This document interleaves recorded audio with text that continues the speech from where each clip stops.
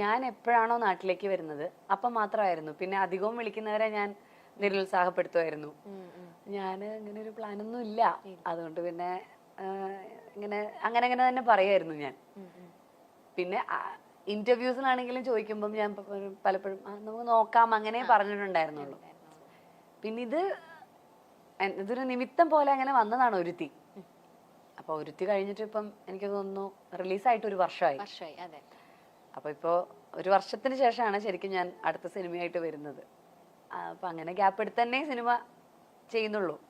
അല്ല, എനിക്ക് ഉറപ്പായിരുന്നു. കാരണം ചേച്ചി ഇത്രയും നല്ല ക്യാരക്ടേഴ്സ് ഒക്കെ ചെയ്ത് ഇവിടെ നിന്ന് അഭിനയിച്ച് തകർത്ത് ഒരു ബ്രേക്ക് എടുത്താൽ പോലും ചേച്ചി അടുത്തേക്ക് സിനിമകൾ വരാതിരുന്നിട്ടായിരിക്കില്ല. ചേച്ചി വേണ്ടാന്ന് വെച്ചിട്ടുള്ള ഒരു ഡിസിഷൻ തന്നെ ആയിരിക്കും എന്ന് എനിക്ക് തോന്നിയിട്ടുണ്ട്. പിന്നെ അപ്പൊ പറ്റില്ലായിരുന്നു എനിക്ക്. പക്ഷെ എപ്പോഴും നാട്ടിലേക്ക് വരണം എന്ന് ഭയങ്കരമായിട്ട് ആഗ്രഹിച്ച ആളായിരുന്നില്ലേ? ഭയങ്കരമായിട്ട്. എനിക്ക് നാടാണ് ഇഷ്ടടോ. എന്റെ നാടും വീടും എന്റെ അമ്മയും അച്ഛനും ഇവിടെ. എന്റെ നാടും റേഷകടയും എന്നൊക്കെ. നമുക്ക് നമ്മുടെ നാടും നമ്മുടെ റേഷകടയും പട്ടണത്തിൽ സുന്ദരിൽ പറഞ്ഞ പോലെ.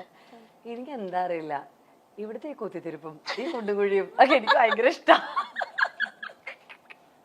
ഇവിടുത്തെ നമ്മളോരോന്നും അറിയില്ലേ, ഓ കേരളത്തിലെ ട്രാഫിക്, കേരളത്തിലെ മറ്റേ വൃത്തിയില്ലായ്മ ഒക്കെ ഉണ്ടല്ലോ. പക്ഷെ എന്താന്നറിയില്ല, വേറെ എവിടെ കൊണ്ടിട്ടാലും എനിക്ക് ഇതൊക്കെ തന്നെ പറ്റും. ഞാൻ ഇടയ്ക്കിടയ്ക്ക് ആലോചിക്കും കൊതുകടിയും മെയിൻ എടുത്ത് പറയണം. എന്തൊക്കെ ആയാലും ശരി, ഒരു ഒരു പ്രത്യേക വികാരമാണ്. എനിക്ക് തോന്നുന്നു എല്ലാവർക്കും എങ്ങനെയാണോ അറിയില്ല.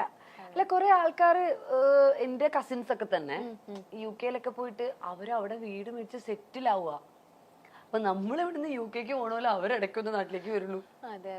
ട്രിപ്പൊക്കെ പോവില്ലേ നമ്മൾ ഇവിടുന്ന് ഒരു 10 ദിവസം,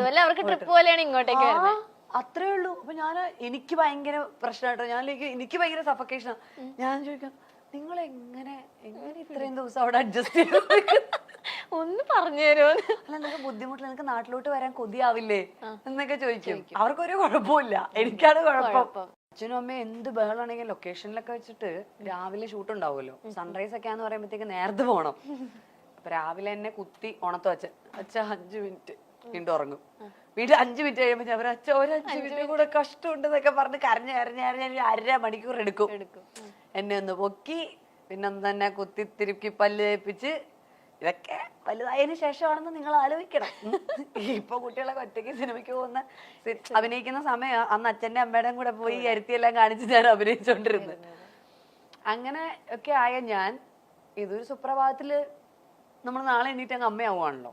എന്ന് വെച്ചാല് ഓക്കെ ഗർഭിണിയാണ് എന്ന് വിചാരിച്ചപ്പോ നമുക്ക് പ്രത്യേകിച്ച് മാറ്റമൊന്നുമില്ല. ഇത് പ്രസവം കൂടെ കഴിയുന്നു, ഞാൻ അമ്മയായി, അത് സെറ്റല്ലേ. പക്ഷെ അതിലെന്തോ ഭയങ്കര ഒരു മാജിക് ഉണ്ട്. ഞാൻ ഈ വാവ ഉണ്ടായതിനു ശേഷം ഇതൊന്ന് അനങ്ങിയാ ഞാൻ ഉണരും.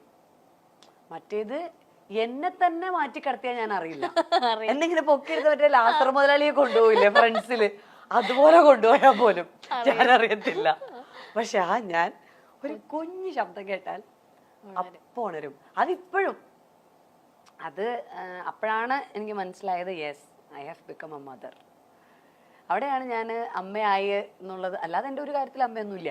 പക്ഷെ ഇങ്ങനെയുള്ള ചില കാര്യങ്ങൾ വരുമ്പോ, അല്ലെങ്കിൽ അവന് വിശക്കുമ്പോ, അവന്റെ കൂടെ എവിടെയെങ്കിലുമൊക്കെ ഞങ്ങൾ ഒരുമിച്ച് ചെറുതായിരിക്കുമ്പോൾ പോകുന്ന സമയത്ത് അവന് വേണ്ട എല്ലാ മീലുകളും കഴിച്ചില്ലെങ്കിലും ഒക്കെ എൻ്റെ കയ്യിൽ പ്രിപ്പയർഡ് ആയിരിക്കും. അതൊക്കെ ഞാൻ അമ്മയായതിൻ്റെ ഭാഗമായിട്ട് എനിക്ക് ഞാൻ പോലും അറിയാതെ വന്ന റെസ്പോൺസിബിലിറ്റീസ് ആണ്.